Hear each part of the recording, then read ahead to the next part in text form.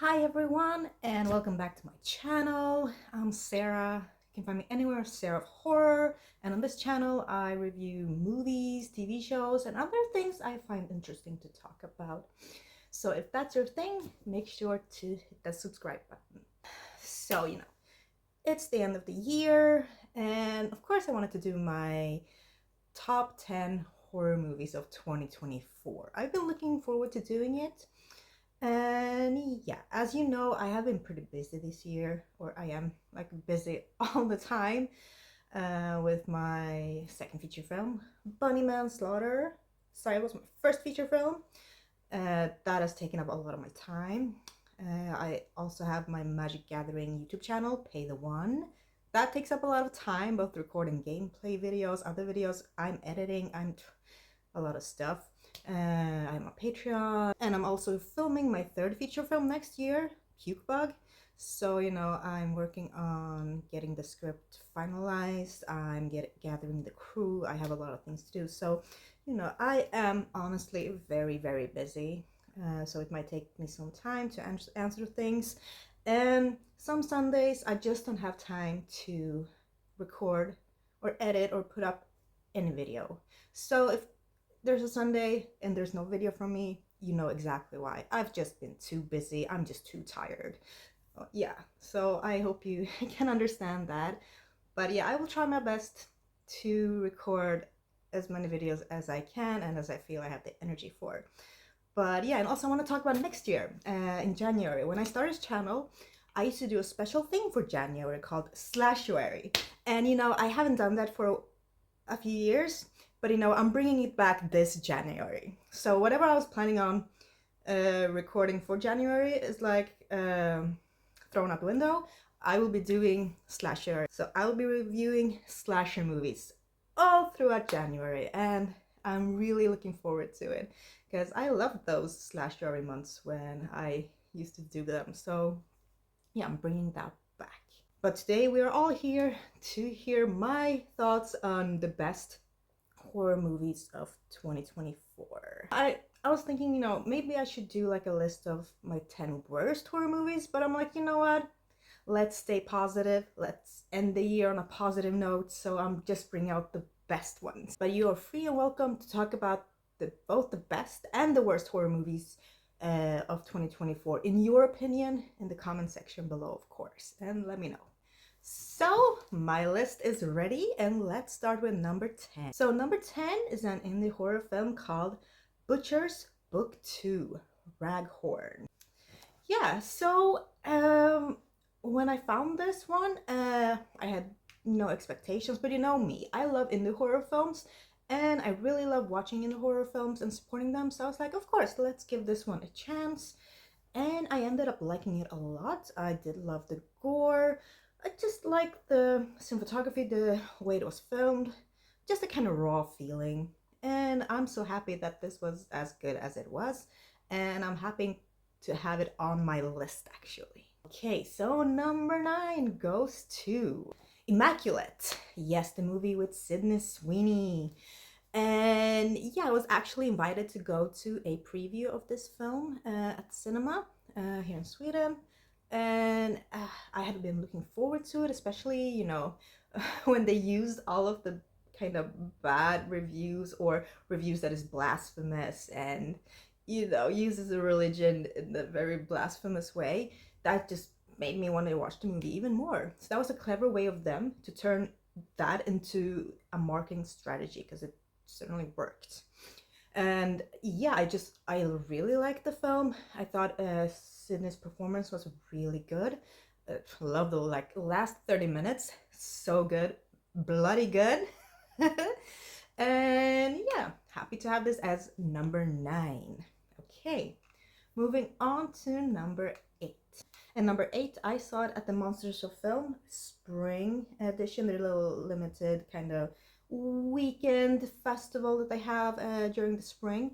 And it is The Well. Yes, with Laura Lavera. And I had been looking forward to this one when I got this, old school torture corn filling. Can't use specific words, so I have to say corn. But yeah, it kind of brought me back to that whole era when torture porn was, you know, at its early stages. I love the gore. I love the story. I love the whole painting thing, and Lauren was really good. So yeah, happy to put this as my number 8. Okay, moving on to number 7, and this is a film that has been dividing people. You either kind of you love it or you hate it, from what I've been gathering. So I was really excited about this one. The poster, amazing, and I got like a special kind of 80s type of slasher vibe feeling, but kind of done in a unique way. And I'm talking about In a Violent Nature. I just really love this one. I didn't mind the walking at all. To me, that never got boring, but I can understand if it got boring to some people. Totally get it, but for me, I loved it. I kind of related to the walking. I love walking myself. Can walk for hours every day. And, you know, there are just 2 death scenes that were just so good. Like the gore was so good. I know a lot of people have been like, oh, it's so unrealistic gore, over the top. How can you find it good? I'm like, what? The gore looks really good. It's great as effects maker myself. You know, I'm not at that level, so I am very impressed. And I was just like, wow. Those scenes really stuck in my head for a while. And I'm looking forward to rewatching this movie again next year, for sure. Number 6, it's an indie film, an amazing indie film that I actually watched at the Light Till Dark Festival in Örebro, and it is Void Color. Yes, I reviewed Void Color quite recently, and it's a black and white kind of H.P. Lovecraft inspired kind of film, and I just love the story, the atmosphere, the look of the film, cinematography, of course, just the black and white, it does so much, and it's such a great film. And yeah, probably one of the best indie horror films I've seen this year. So if you ever come across it, please give this a chance. It's so good. Yes. Okay, so moving on to number 5, and you know, anyone who has been following me, my channel, or my work perhaps knows that I love VHS inspired films or VHS movies. You know, the whole aesthetic. And I understand if that's not your type of thing, but I love it. And I love these series, and the latest installment is just so good. And I'm talking about VHS Beyond. You know, the one that kind of, you know, space inspired. Yes. I just loved almost every story in this one. Really good gore, very unique stories. I just love the payoffs, the twists that they managed to get in, you know, each of these shorter films. And I was very impressed. I need more VHS movies for sure. Give us more. Please let me make an installment. Like, that is my dream. I would love to make one of the installments in a VHS movie series. I think I could pull it off. You know, I got some experience with body manslaughter. Yes. Okay, so that was my pitch. So yes, moving on to number 4. Okay, so number 4 was another one that I got invited to preview, and it is Long Legs. It also had this kind of 70s vibe aesthetic going on, and I love the story. I like the characters, and I just like the kind of creepiness of the film. I didn't find it boring like a lot of people have. I really liked Maika Monroe and of course Nicolas Cage, and yeah, it's a really good film, and I can't wait to rewatch it again. Okay, moving on to my top 3, and yeah, so number 3 is another film I watched at the Monster Film Festival Spring Edition. And it's a film that has been getting a lot of negative reviews, but I really love the film, and it is Crazy House. Yes, with Nick Frost and Alicia Silverstone. And it's a like horror comedy that parodies all of the 90s sitcoms. So I kind of love that. It kind of reminded me of Too Many Cooks. Oh, love that short film. I have to rewatch it. It's so good.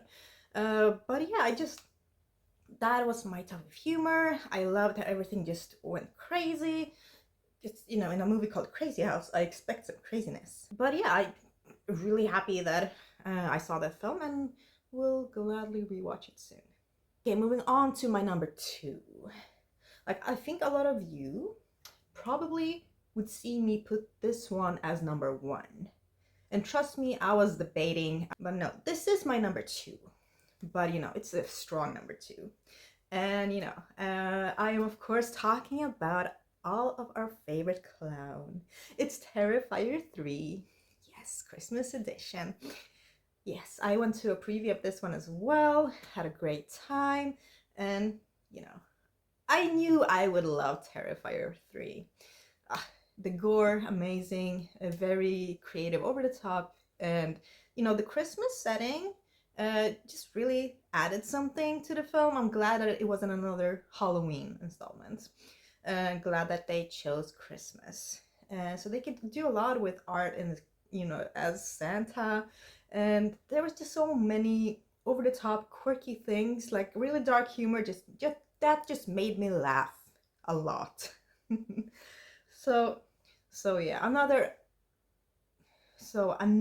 amazing Terrifier movie, and I'm already looking forward to the next one. Hopefully there will be a next one. Hopefully, please.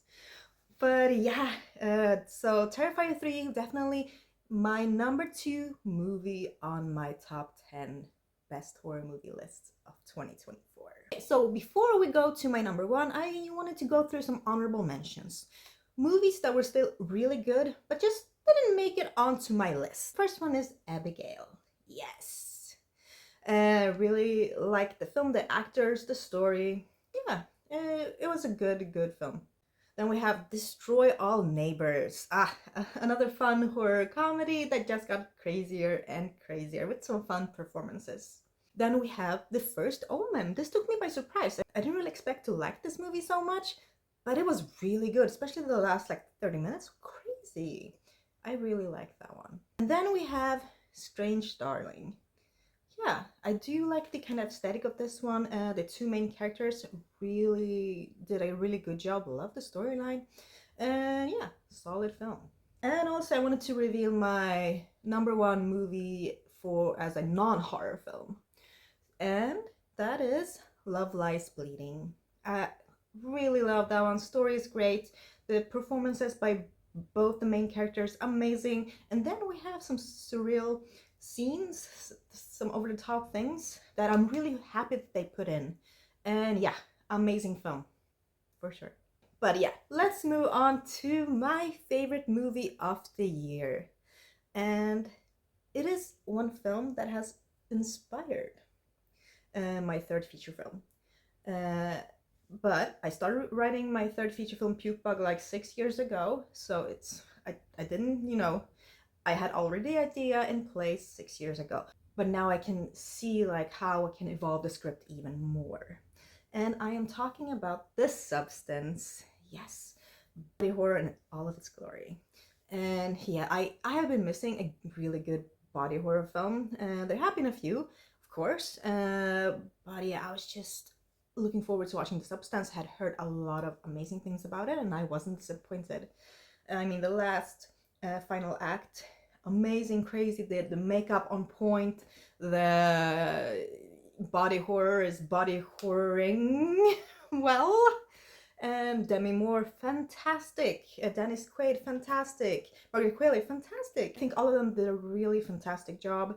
This is a story that many can relate to, about feeling that you're getting older, feel like you're easy replaceable, like you're very expendable, like if anyone is younger and prettier just can come and take your place.